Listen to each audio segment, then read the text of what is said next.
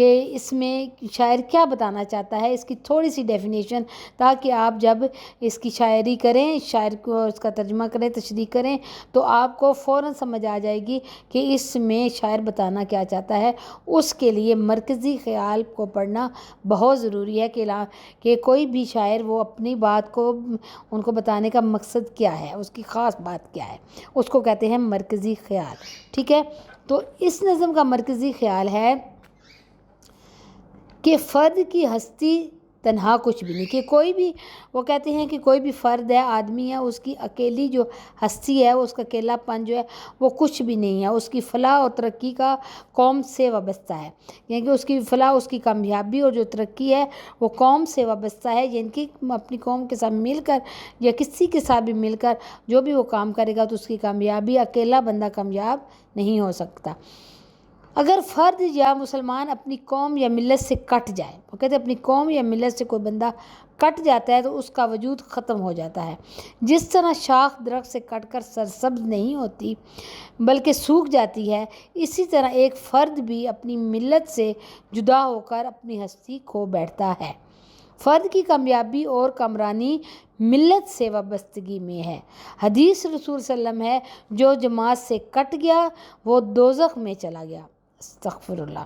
امید ہے آپ کو سمجھ آ گئی ہوگی کہ شاعر اس میں کیا بتانا چاہتا ہے، کہ شاعر کا مین مقصد ہے اس نظم میں بتانے کا کہ ایک اکیلا بندہ، اس کی ہستی، اس کا وجود کوئی معنی نہیں رکھتا، جب کہ وہ اپنے گروپ سے، اپنے خاندان سے، اپنے دوستوں سے، رشتہ داروں سے کٹ جاتا ہے تو اس کا وجود ختم ہو جاتا ہے، کیونکہ وہ اکیلا کچھ نہیں کر سکتا۔ اور انہوں نے اس کی مثال ایک سبز شاخ سے دی ہے کہ وہ جب کوئی ٹہنی درخت سے کٹ جاتی ہے اور گر جاتی ہے تو وہ سوکھ جاتی ہے، اس کا وجود ختم ہو جاتا ہے، لیکن جب تک وہ درخت کے ساتھ اس کی ٹہنی رہتی ہے تو وہ سرسبز و شاداب رہتی ہے۔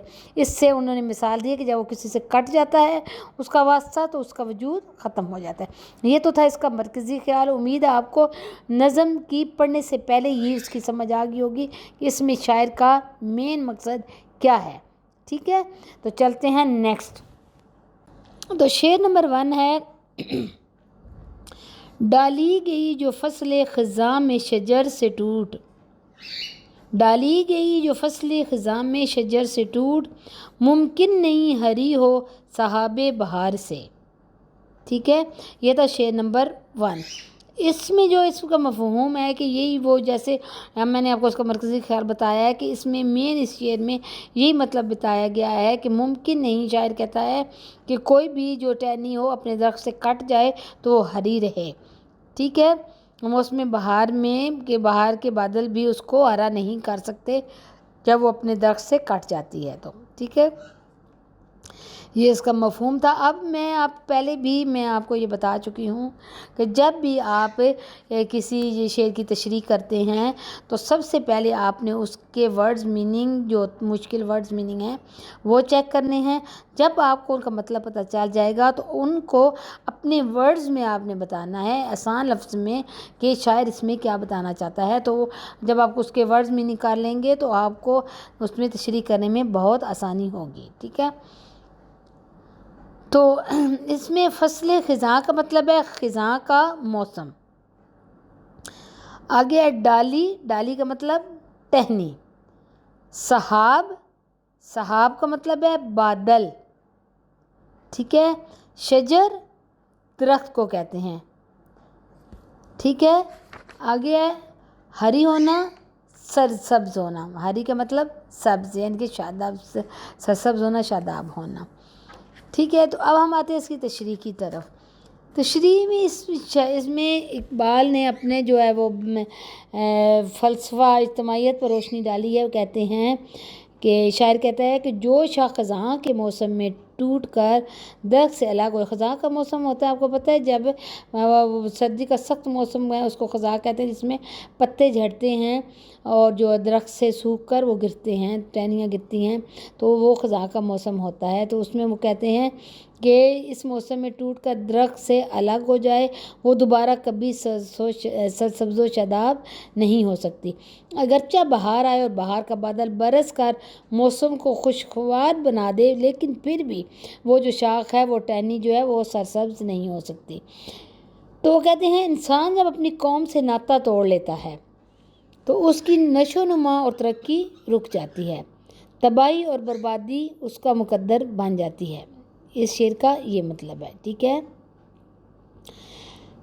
آگے کہتے ہیں تاریخ گواہ ہے سید جمال الدین افغانی اور علامہ اقبال نے اتحاد عالم پر اسلام کے لیے بڑا کام کیا ہے، ٹھیک ہے۔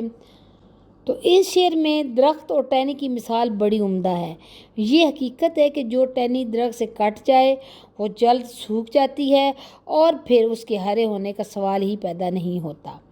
یہ ایک درس ہے کہ اگر ہمیں ہمیشہ ترقی کے زینے پر رہنا ہے تو آپس میں متحد ہو کر رہنا ہے، ٹھیک ہے۔ وہ ایک مثال دی گئی ہے یہی اس میں کہ اگر آپ کو ترقی کرنی ہے تو آپ کو ایک ہو کر رہنا ہے، متحد ہو کر جم کر رہنا ہے تاکہ آپ دشمن کا مقابلہ کر سکیں۔ ایک اکیلا بندہ دشمن کا مقابلہ نہیں کر سکتا۔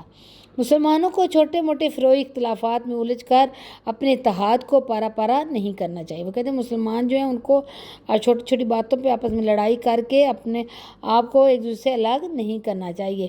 اس وقت دنیا میں مسلمانوں کی تعداد 1.25 ارب ہے اور وہ 50 سے زیادہ آزاد مملکتوں کے مالک ہیں۔ 50 سے زیادہ وہ کہتے ہیں آزاد ملک ہیں جن کے وہ مالک ہیں اور ان کے پاس بے پناہ انفرادی اور مالی وسائل موجود ہیں۔ بس اگر وہ جذبہ ایمان اور یکجہتی کا مظاہرہ کرتے ہوئے ایک دوسرے سے پیوستہ رہیں تو دنیا کی کوئی طاقت ان کی طرف آنکھ اٹھا کر نہیں دیکھ سکتی۔ وہ کہتے ہیں دنیا میں 50 سے 1.25 ارب کی آبادی ہے اور جو 50 سے زیادہ آزاد ملک ہیں جہاں پہ مسلمان آزاد ہیں اور بے پناہ مالی وسائل بھی ہیں ان کے پاس، وہ اچھی طرح رہ بھی رہے ہیں، تو وہ کہتے ہیں کہ اگر وہ ایک جگتا ہو کر ایک ہو کر رہیں تو وہ دشمن کا آسانی سے مقابلہ کر سکتے ہیں، تو کوئی بھی طاقت انہیں جو ہے وہ الگ نہیں کر سکتی یا ان کا نقصان نہیں کر سکتی۔ یہ تھا آپ کا شعر نمبر 1۔ نیکسٹ ہے شعر نمبر 2۔ ہے لازوال عہد خزاں اس کے واسطے، ہے لازوال عہد خزاں اس کے واسطے، کچھ واسطہ نہیں ہے اسے برگ و بار سے، ٹھیک ہے۔ اس شعر کا مطلب یہ ہے کہ وہ کہتے ہیں خزاں میں درخت سے الگ رہنے والی شاخ، میں نے وہی پیچھے آپ کو بتایا کہ خزاں کا موسم جس میں پتے جھڑتے ہیں، پھول جھڑتے ہیں، ان پہ کٹینیاں، وہ کہتے ہیں کہ خزاں کا موسم بھی وہ جو ہے درخت سے الگ رہنے والی شاخ کے لیے خزاں کا موسم کبھی ختم نہیں ہوتا۔ وہ کہتے ہیں کہ درخت سے کوٹانی ٹوٹ گئی ہے، گر گئی ہے تو وہ روز بروز سوکھتی جائے گی اور مٹی میں مل جائے گی، ختم ہو جائے گی، تو وہ کہتے ہیں کہ اس کے لیے، اس ٹہنی کے لیے خزاں کا موسم کبھی ختم نہیں ہوتا۔ یاد رکھیں یہ والی جو بات شاید نے یہاں پہ کہی ہے وہ ایک آدمی کے لیے، ایک بندے کے لیے یہ بات کہی ہے کہ ایک بندہ جب وہ اپنی جو ہے وہ ہجوم سے کٹ جاتا ہے تو وہ جو ہے وہ تباہ و برباد ہو جاتا ہے، وہ اکیلا کچھ نہیں کر سکتا، تو وہ جو اب اگر متحد ہو کر رہے گا تو وہ صحیح رہے گا، ٹھیک ہے۔ اس میں یہی بات انہوں نے، ایک میں دوبارہ بتا دوں کہ انہوں نے یہی بات ایک درخت اور ٹہنی کی یہاں پہ پھر مثال دی ہے کہ وہ جو ہے ایک ٹہنی جو کٹ جاتی ہے اپنے درخت سے تو اس کے لیے خزاں کا موسم کبھی ختم نہیں ہوتا، پھول پتوں اور پھلوں سے اسے کوئی واسطہ، کوئی تعلق نہیں رہتا، ٹھیک ہے۔ امید ہے آپ کو سمجھ آ گئی ہوگی اس کا مفہوم۔ آگے میں آپ کو بتاتی ہوں ان کے ورڈز میننگ۔ تو لازوال کا مطلب ہے کبھی نہ ختم ہونے والا، عہد خزاں، خزاں کا زمانہ، ٹھیک ہے۔ برگ و بار، پتے اور پھل، برگ کہتے ہیں پتے، بار پھل، ٹھیک ہے۔ تو یہ اس کے ورڈ میننگ تھے، تو مفہوم میں نے آپ کو بتا دیا، ورڈ میننگ یہ ہیں، اور اس کے بعد مجھے امید ہے انشاءاللہ تشریح کرنے میں آپ کو آسانی ہوگی۔ اسٹوڈنٹ میری کوشش ہوتی ہے کہ میں بہت سمپل ورڈز میں آپ کو جو ہے یہ تشریح یا ان کے ورڈز میننگ وغیرہ بتاؤں تاکہ آپ کو ایک دفعہ سننے سے ہی اس کا مطلب سمجھ آ جائے۔ جب آپ کو اس کا مطلب سمجھ آ جائے گا تو تشریح کچھ مشکل نہیں ہے۔ جو بھی بچے اپنے جو ہے شعر کی طرف دھیان دیتے ہیں اور ان میں ورڈز میننگ کو کر لیتے ہیں تو وہ ان کے لیے تشریح ایزی ہو جاتی ہے، ٹھیک ہے۔ تو امید ہے آپ کو میری سمجھ بھی آ رہی ہوگی۔ میں کوشش کرتی ہوں کہ آپ کے لیے مشکل نہ ہو اور آسان اور سمپل ورڈز میں آپ کو بتاؤں تاکہ آپ کے لیے آسانی ہو، ٹھیک ہے۔ تو اس شعر کا اب ہم تشریح کرتے ہیں۔ شاعر کہتا ہے جو شخص اپنے مرکز سے تعلق توڑ لیتا ہے وہ اپنی انفرادی زندگی میں زیادہ عرصے تک زندہ نہیں رہتا، اس کا تشخص ختم ہو جاتا ہے، وہ ناکام و نامراد رہتا ہے. یعنی وہ کہتے ہیں اس کی شخصیت ختم ہو جاتی ہے اور وہ ناکام اور نامراد ہے، یعنی کہ وہ ناکام رہتا ہے، اس کی کوئی مراد پوری نہیں ہوتی اور اس کی ترقی کے تمام مواقع محدود ہو جاتے ہیں. ٹھیک ہے، وہ کہتے ہیں وہ ترقی بھی نہیں کر سکتا، اس کے لیے رکاوٹیں پیدا ہو جاتی ہیں. درخت سے ٹوٹی ہوئی شاخ ہمیشہ کے لیے سوکھ جاتی ہے، وہ کبھی سبز و شاداب نہیں ہو سکتی. اس شاخ یا ٹہنی پر کبھی پھل نہیں آ سکتے، اس کے پتے بھی ہرے نہیں ہو سکتے، گویا اس ٹہنی کا سارا حسن عنقا ہو جاتا ہے. اصل بات یہ ہے کہ انسان کی ساری ترقی اجتماعیت میں ہے. اصل بات وہ کیا کہتے ہیں کہ انسان کی ترقی ایک رہنے میں، متحد ہو کے دوسروں کے ساتھ رہنے میں ہے. اسلام دین فطرت ہے اور اسلام نے اسی لیے اجتماعیت پر زیادہ زور دیا ہے. اقبال اس شعر میں شجر کی علامت، شجر کہتے ہیں درختوں کو، ٹھیک ہے، اقبال نے شعر میں شجر کی علامت استعمال کرتے ہوئے مسلمانوں کو ایک عظیم درس دیا ہے کہ یہ درس اتحاد کا درس ہے. مطلب انہوں نے یہ درس دیا ہے کہ اتحاد، متحد ہو کر رہیں. علامہ اقبال کی شاعری بھی عالمگیر اور رفاقی ہے، یعنی کہ علامہ اقبال کی شاعری بھی وہ بہت عمدہ اور بہت پیارے انداز میں سمجھاتے ہیں. انہوں نے مسلمان عالم میں یعنی کہ مسلمانوں میں زندگی کی ایک نئی لہر دوڑا دی اور ایک ولولہ تازہ پیدا کر اور ایک جذبہ پیدا کر دیا ان کے اندر. انہوں نے مسلمانوں میں یہ شعور بیدار کیا کہ اگر اپنا کھویا ہوا وقار دوبارہ حاصل کرنا چاہتے ہو تو آپس میں اتحاد اور اتفاق پیدا کرو. انہوں نے مسلمانوں کو کہا کہ اگر کامیاب ہونا چاہتے ہو اور اپنا وقار حاصل کرنا چاہتے ہو تو متحد ہو کر اتحاد اور اتفاق پیدا کرو. اللہ کی رسی کو مضبوطی سے پکڑ لو تاکہ کفر کی مذموم حرکات کا مقابلہ کرنے کے قابل ہو سکو. انہوں نے کیا کہا کہ اللہ کی رسی کو مضبوطی سے پکڑ لو، متحد ہو کر رہو تاکہ کافروں کا مقابلہ کر سکو اور کامیابی حاصل کر سکو. اس شعر کا یہ مطلب تھا. امید ہے جب آپ شعر پڑھیں گے اور اس کے ورڈ میننگ دیکھ لیں گے تو تشریح آپ کو آسانی سے سمجھ آ جائے گی.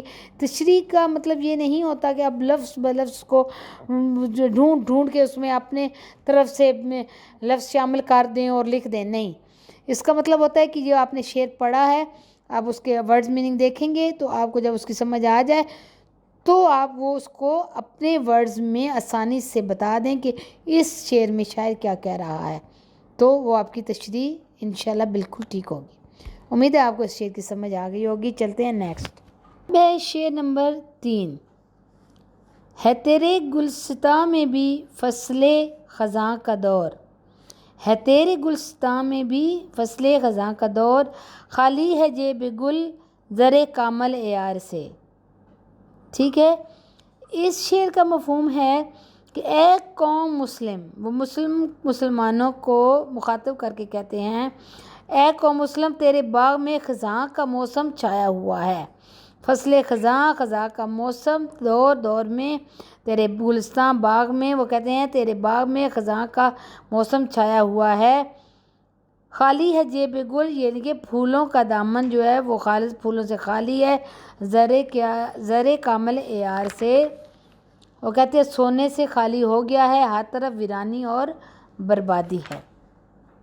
ٹھیک ہے، یہ اس کا مفہوم ہے کہ ایک قوم مسلم تیرے باغ میں خزاں کا موسم چھایا ہوا ہے، پھولوں کا دامن خالص سونے سے خالی ہو گیا ہے، ہر طرف ویرانی اور بربادی ہے. ٹھیک ہے، آگے ہیں ان کے ورڈز میننگ. تو گلستان مطلب باغ، فصل خزاں کا موسم پت جھڑ کا، ٹھیک ہے، جس میں پتے جھڑتے جیسے میں نے آپ کو بتایا. جیب گل پھولوں کی جیب یعنی کہ پھولوں سے بھرا ہوا. زر کامل یار خالص سونا، زر کہتے ہیں سونے کو، زر کامل یار، کامل خالص، یار سونا، زر کامل یار خالص سونا. تو اس کی تشریح میں تھوڑے سے آپ کو بتاتے ہیں کہ کس کے متعلق شاعر بتا رہے ہیں. کہ وہ شاعر کہتے ہیں کہ یہ اس شعر میں ملت اسلامیہ کے لیے ایک عظیم درس ہے. ٹھیک ہے، مسلمان کبھی عروج اشنا تھے، یعنی کہ مسلمان جو کبھی بہت عروج پر تھے اور پوری دنیا میں ان کا طوطی بولتا تھا، مطلب ہر بندہ ان کی تعریف کرتا تھا. سن ہجری سے 712 میں محمد بن قاسم نے سندھ پر حملہ کیا. ٹھیک ہے، اور برِ صغیر میں اسلامی سلطنت کی بنیاد رکھی، اور پھر مسلمانوں نے کم و بیش 1000 سال تک ہندوستان پر بڑی شان سے حکومت کی۔ کہتے پہلے مسلمانوں نے جو محمد بن قاسم نے جب فتح کیا، حملہ کیا سندھ پر، تو اس نے اپنی حکومت کی، تو انہوں نے 1000 سال تک ہندوستان پر حکومت کی، مگر افسوس آپس کی ریشہ دوانیوں سے، یعنی کہ مطلب آپس کی لڑائیوں جھگڑوں سے اور اتحاد میں نہ رہنے کی وجہ سے مسلمانوں کو زوال کی گہری کھائی میں پھینک دیا۔ یعنی کہ جب وہ آپس میں اتفاق سے نہ رہے تو مسلمان ایک بہت بڑے زوال کی طرف چلے گئے۔ برِ صغیر پر انگریز حکمران ہو گئے، برِ صغیر پر پھر انگریزوں نے حکمرانی شروع کر دی، مسلمان حاکم سے محکوم بن گئے، جو حاکم تھے وہ محکوم بن کے مطلب ان کے غلام بن گئے۔ تو اس کے بارے میں یہ جو ہے علامہ اقبال تھوڑا سا بتاتے ہیں کہ کس طرح پہلے جو محمد بن قاسم نے جب فتح کیا ہندوستان کو، تو ان پر انہوں نے راج کیا، اور وہ جب آپس میں الجھ پڑے، اتفاق سے نہ رہنے کی وجہ سے ان کو ایک زوال ان پہ آ گیا، اور جس کی وجہ سے وہ اپنا ملک کو، اپنی جو حاکمیت کو کھو بیٹھے، تو پھر وہاں پہ انگریزوں نے حکمرانی شروع کر دی، اور مسلمان حاکم سے محکوم بن کے مطلب ان کے غلام بن گئے۔ تو یہ اس کے بارے میں بتاتے ہوئے کہتے ہیں، مسلمانان برِ صغیر کی پوری تاریخ اقبال کے سامنے تھی، جیسے کہ میں نے آپ کو اوپر بتایا ان کا واقعہ کہ مسلمان جو برِ صغیر کے مسلمان تھے، ان کی پوری تاریخ یعنی کہ پورا واقعہ اقبال کے سامنے تھا، اور وہ ان کی آپس ماندگی دیکھ کر تڑپ رہے تھے۔ مطلب آپس کی جو ان کی ماندگی، یعنی کہ وہ آپس میں صحیح نہیں تھے، ان کے الجھاؤ زیادہ تھا، اس کو دیکھ کے وہ تڑپ رہے تھے، اور یہ سب نتیجہ تھا آپس کے عدم اتحاد کا، یعنی کہ ان کو آپس میں اتفاق نہیں تھا، یہ اس کی وجہ سے تھا۔ اقبال نے مسلمانوں کو جھنجھوڑ کر، مطلب مسلمانوں سے مخاطب ہوئے وہ کہتے ہیں، اے مسلمانوں، اس وقت تمہارے گلستان میں خزاں کا راج ہے۔ وہ کہتے ہیں اس وقت کیا ہو گیا تمہارے ساتھ، جو تمہارے گلستان تھے، باغ تھے، ان پہ خزاں کا راج ہو گیا ہے، اور تم زوال کی طرف گر چکے ہو، یعنی کہ تم لوگوں کے زوال کا ٹائم شروع ہو گیا ہے، تم لوگ جو ہے بربادی کی طرف جا رہے ہو۔ اس کی وجہ دامن دین سے دوری ہے، یعنی کہ آپ نے دین کا دامن چھوڑ دیا، تم نے اللہ تعالیٰ کی رسی کو مضبوطی سے نہیں تھاما۔ ٹھیک ہے، وہ مسلمانوں سے مخاطب ہو کر کہتے ہیں، اس وقت کو بتاتے ہیں کہ کس طرح تم لوگوں کا راج تھا، تم لوگوں نے آپس میں اتفاق نہیں کیا تو تم پہ زوال آیا، اور کیونکہ تم نے دین اسلام کو جو ہے نہیں مانا، اللہ تعالیٰ کی رسی کو مضبوطی سے نہیں پکڑا، ایک ہو کر نہیں رہے، تو تم پر یہ زوال آیا ہے۔ یہ اس کی تشریح تھی۔ امید ہے آپ کو سمجھ آ گئی ہوگی۔ آگے ہے شعر نمبر 4۔ جو نغمہ زن تھے خلوت اوراق میں طیور، جو نغمہ زن تھے خلوت اوراق میں طیور، رخصت ہوئے تیرے شجر سایہ دار سے۔ ٹھیک ہے، تو اس کا مفہوم ہے شعر کا کہ شاعر اس میں کہتے ہیں، یہ سمپل ورڈز دیکھیں آپ، اس کو آپ سمجھیں، آپ کو سمجھ آ جائے گی کہ پتوں کی اوٹ میں جو پرندے میٹھے میٹھے گیت گایا کرتے تھے، جو پتے تھے درختوں پہ ان میں بیٹھ کے جو میٹھے میٹھے گیت گایا کرتے تھے پرندے، وہ تیرے اس سایہ دار درخت سے رخصت ہو چکے ہیں، اب تجھ پر زوال کا وقت آ گیا ہے۔ سمپل وہ یہ بتاتے ہیں کہ بھئی جو آپ نے آپس میں اتفاق نہیں کیا، جو میٹھے میٹھے گیت گاتے تھے، لوگ بیٹھ کے ایک دوسرے اچھے اتفاق سے رہتے تھے، پیار محبت سے رہتے تھے، جب ان میں پیار محبت ختم ہو گیا تو وہ اس درخت سے محروم ہو گئے جو سب کو سایہ دیتا ہے، اور ان پر زوال کا ٹائم شروع ہو گیا۔ ٹھیک ہے، یہ اس کا مفہوم ہے۔ آگے ہے جی اس کا جو ہے مشکل الفاظ کے معنی ہے، نغمہ زن گیت گانے والے، نغمہ زن گیت گانے والے، خلوت تنہائی، طیور طائر کی جمع، طیور طائر کی جمع، جو پرندے ہیں ان کو بھی طیور کہتے ہیں، اور جہاز کو بھی عربی میں طائر کہتے ہیں۔ ٹھیک ہے، طیور طائر کی جمع، پرندے یعنی کہ پرندے رخصت ہوئے چلے گئے، شجر سایہ دار، شجر سایہ دار درخت، ٹھیک ہے، شجر سایہ دار یعنی کہ سایہ دار درخت، اوراق مراد پتے، یہاں پہ اوراق ورق کی جمع ہے لیکن یہاں پہ اس کا مطلب لیا گیا ہے پتے۔ ٹھیک ہے، تو یہ اس کے الفاظ معنی تھے۔ تشریح میں ہے، اقبال کہتے ہیں مسلمان اس وقت تباہی اور زوال سے دوچار ہیں، وہ محکومی اور غلامی کی حالت میں ہیں، ان کا وقار خاک میں مل چکا ہے، یعنی کہ ان کا جو غرور تھا وہ خاک میں مل گیا ہے۔ امت مسلمہ کے عظیم سپوت جنہوں نے زامے درمے قدمے سخنے مسلمانوں کو یعنی کہ اٹھتے بیٹھتے جاگتے سوتے مسلمانوں کو بیدار کیا، ان میں جذبہ حریت پیدا کیا اور انہیں آزادی کی راہ دکھائی، ایک ایک کر کے دنیا سے رخصت ہو چکے ہیں۔ وہ راہبر ان قوم جو ملت اسلامیہ کو متحد ہو کر طاقت کے حصول کی تلقین کرتے تھے، وہ کہا کرتے تھے کہ اجتماعیت ہی ترقی کی اصل بنیاد ہے۔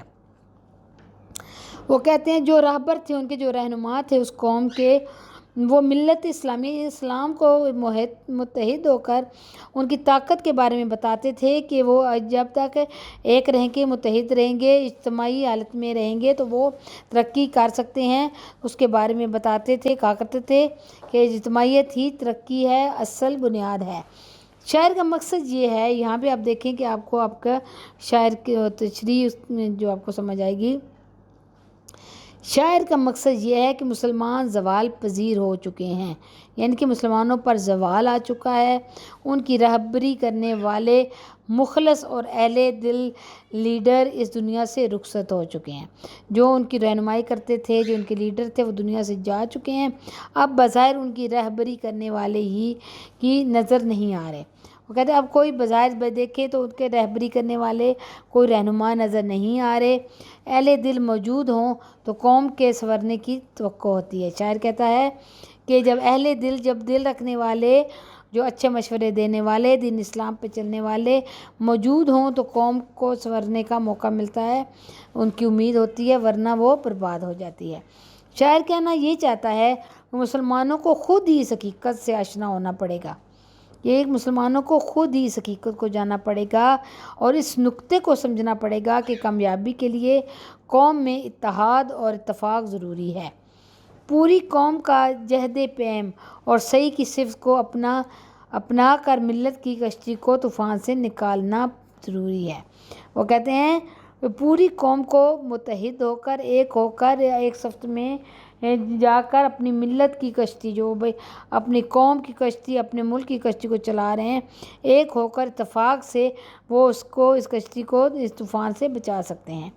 پوری قوم کا جہد پیم اور صحیح کی صفت کو اپنا کر ملت کی کشتی کا طوفان سے نکالنا ضروری ہے۔ وہ کہتے ہیں اس کشتی کو ایک ہو کر، ایک قوم ہو کر ہی نکالا جا سکتا ہے، اور اس مقصد کے لیے ایک ہی منارہ نور ہے، اور وہ ہے اتحاد و اتفاق۔ وہ کہتے ہیں اس کشتی کو طوفان سے نکالنے کا ایک ہی مقصد، ایک ہی ذریعہ ہے، اور وہ کیا ہے کہ آپس میں اتحاد اور اتفاق۔ اس شعر میں شاعر نے اپنے ملک والوں کو مخاطب کرتے ہوئے کہا ہے کہ آپ ایک ہو کر نہیں رہے تو آپ کی بربادی بنی ہے، اور آپ کے ایک ہونے میں، اس دلدل سے نکلنے میں کہ آپ کی کامیابی کا جو راز ہے وہ ہوگا کہ جب آپ ایک ملک، ایک قوم متحد ہو کریں گے تو آپ کو کامیابی ملے گی۔ ٹھیک ہے، کوشش کریں کہ آپ جو ہے شعر پڑھیں، اس کا ترجمہ پڑھیں تو اس ترجمے کو وہ اپنے ورڈز میں سمپل لکھ دیں، آپ آسانی سے تشریح کر لیں گے۔ ٹھیک ہے، امید ہے آپ کو سمجھ آ گئی ہوگی۔ چلتے ہیں نیکسٹ۔ اب ہے شعر نمبر 5۔ شاخ بریدہ سے سبق اندوز ہو کے تو، شاخ بریدہ سے سبق اندوز ہو کے تو، نہ آشنا ہے قاعدہ روزگار سے۔ ٹھیک ہے، اس میں جو ہے دیکھیں شاعر بتا رہا ہے کہ شاخ بریدہ، وہ جو شاخ میں نے پیچھے آپ کو بتایا، شاخ کی ٹہنی جو درخت تھی اس سے مراد لی ہے، تو یہاں پہ اس کا مفہوم بھی یہ بتا رہے ہیں، جو شعر کا مطلب ہے، تجھے کٹی ہوئی شاخ سے سبق حاصل کرنا چاہیے۔ شاخ بریدہ سے سبق کہ کٹی ہوئی شاخ سے سبق حاصل کرنا چاہیے۔ مجھے نہایت افسوس سے کہنا پڑ رہا ہے کہ تو زمانے کے دستور اور قاعدے سے واقف نہیں۔ وہ کہتے نہ آشنا نہ ہونا، نہ جاننا، قاعدہ روزگار، دنیا کے قاعدے قانون سے تو واقف نہیں، یہ اس شعر کا مطلب ہے۔ ٹھیک ہے، لغت میں ہے جی، اس کے الفاظ میں جو ہیں وہ شاخ بریدہ کٹی ہوئی شاخ، سبق اندوز ہونا، سبق حاصل کرنا، نہ آشنا ہے نہ واقف ہے، قاعدہ روزگار، زمانے کا قاعدہ، زمانے کا اصول. ٹھیک ہے، یہ تھے اس کے مشکل ورڈز میننگ. تو اس میں اقبال کہتے ہیں کہ اے مسلمان تو کٹی ہوئی شاخ سے سبق حاصل کر اگر تو واقعی عروج حاصل کرنا چاہتا ہے. یعنی کہ اگر تو واقعی ہی بلندی پہ جانا چاہتا ہے، کامیابی چاہتا ہے، تو کٹی ہوئی شاخ سے سبق حاصل کر تو تجھے اپنی ملت سے تعلقات استوار کرنے چاہیے. میں کہتا اپنی قوم سے تعلقات بنانے چاہیے. ملت اسلامیہ کی قوت کا سرچشمہ ملی اتحاد ہے. وہ کہتے ہیں ملت اسلامیہ جو اسلام کا اتحاد ہے وہی کامیابی کا سرچشمہ ہے. اقبال نے اسی بنیادی حقیقت کو ذہن نشین کرانے کی کوشش کی ہے کہ اتحاد اور اجتماعی یعنی کہ ایک ہونا، متحد ہونا، اس سے ہی کامیابی ملتی ہے. اتحاد ایک ایسی طاقت ہے جس میں کامل طمانینت، غیر متنزل ایمان اور جوش عمل مظہر ہیں. وہ کہتے ہیں کہ اتحاد ایک ایسی طاقت ہے جس سے آپ کو ہر طرح کی کامیابی حاصل ہوتی ہے. اقبال کہتے ہیں زمانے اور فطرت کا اصول یہ ہے کہ جو ٹہنی درخت سے ٹوٹ کر الگ ہو جائے وہ کبھی سبز و شاداب نہیں ہو سکتی. اس شعر میں بھی علامہ اقبال نے اپنی وہ ٹوٹی ہوئی ٹہنی کے متعلق ہی بتایا ہے اور اس کو لوگوں کو بتانے کی کوشش کی ہے کہ کس طرح آپ کامیابی حاصل کر سکتے ہیں. اپنے شاخ سے الگ ہو کر نہیں، اگر الگ ہو گئے تو سوکھ جائیں گے، ختم ہو جائیں گے، تو آپ ایک ہو کر رہیں. مطلب ان کا بتانے کا یہ ہے. ٹھیک ہے، وہ کہتے ہیں وہ کبھی سبز و شاداب نہیں ہو سکتی، وہ سوکھ جاتی ہے، اس پر کبھی پتے نہیں لگتے اور نہ پھل پھول آتے ہیں.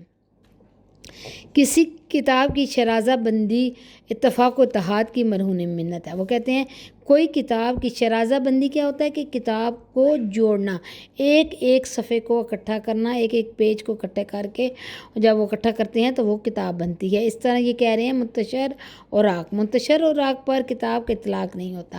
منتشر اوراق ہے ورق کی جمع پیج، یعنی کہ انگلش میں پیج. ٹھیک ہے، اور منتشر ہونا اکٹھے ہونا، وہ الگ ہونا. وہ کہتے ہیں کہ اگر ایک پیج الگ الگ ہے تو وہ کبھی کتاب نہیں بن سکتی. جب منتشر اوراق کو باہم جوڑ کر شرازہ بندی کر دی ہے. وہ کہتے ہیں منتشر اوراق یعنی کہ جو بکھرے ہوئے پیج ہیں ان کو اگر اکٹھا کر دی جائے تو پھر وہ ایک کتاب بنتی ہے. اسی طرح مسلمان اکٹھے ہوں تو قوم وجود میں آتی ہے. وہ کہتے ہیں تاریخ گواہ ہے، یعنی کہ پہلے بھی ایسے ہی ہوتا آیا ہے کہ جب مسلمان متحد ہو کر میدان عمل پر آئے تو چند ہی سالوں میں دنیا پر چھا گئے اور ان کی عظمت کا ڈنکا بجنے لگا. وہ کہتے ہیں جب مسلمان ایک ہو کر متحد ہو کر جب بھی آئے ہیں نا تو ان کو کامیابی ملی ہے اور ان کی کامیابی کا چرچا ہر طرف ہوا ہے. لیکن جب مسلمان باہمی نا اتفاقی اور انتشار کا شکار ہو گئے تو وہ زوال اور پستی کے گڑھے میں جا گرے. انہوں نے کہا جب ایک ہو کر آئے تو کامیابی ملی، جب ایک دوسرے سے متنفر ہو گئے، دور ہو گئے تو وہ ایک جو ہے کھڈے میں جا گرے، ان کو ناکامی ملی اور غیر قومی ان پر غالب آ گئی. آج بھی دنیا میں مسلمانوں کے دوبارہ ابھرنے کا ایک ہی ذریعہ ہے کہ وہ باہم متحد ہو جائیں. وہ کہتے ہیں اگر آج بھی مسلمان ایک ہو جائیں تو ان کو کامیابی ملے گی.